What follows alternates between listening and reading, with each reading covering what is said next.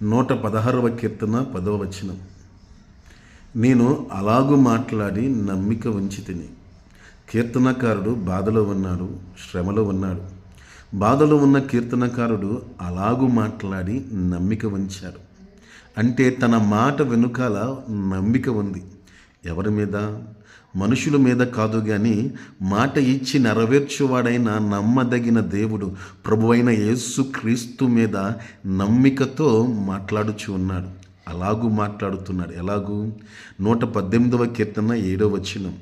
యెహోవా నా పక్షమున నాకు సహకారి అయి ఉన్నాడు. నేను నా శత్రువుల విషయమై నా కోరిక నెరవేరుట చూచెదను. అట్లాగే 17వ వచనం. నేను చావను, సజీవుడనై దేవుని క్రియలు వివరించెదను.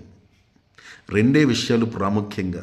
ఒకటి, మనుషులు నాకు సహాయము చేయకపోయినా దేవుడు నాకు సహకారిగా ఉండి నాకు సహాయం చేస్తూ ఉన్నాడు. కాబట్టి నేను చావను, చావక ఆయన నన్ను బ్రతికిస్తాడు. నేను బ్రతికి దేవుని కార్యములు వివరిస్తాను అని చెప్పి నమ్మికతో కీర్తనకారుడు మాట్లాడుతూ ఉన్నాడు.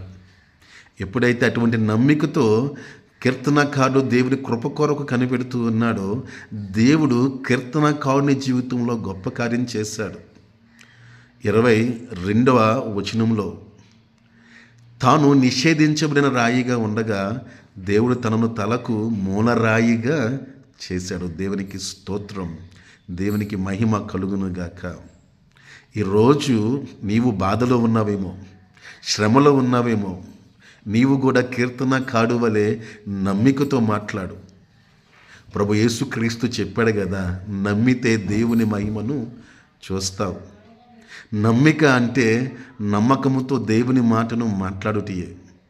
నీవు కూడా దేవుని మాటను మాట్లాడుతూ ఉండగా ప్రభు యేసు నామమున దేవుడు నీ జీవితంలో కూడా తన మహిమను కనుపరుచును గాక.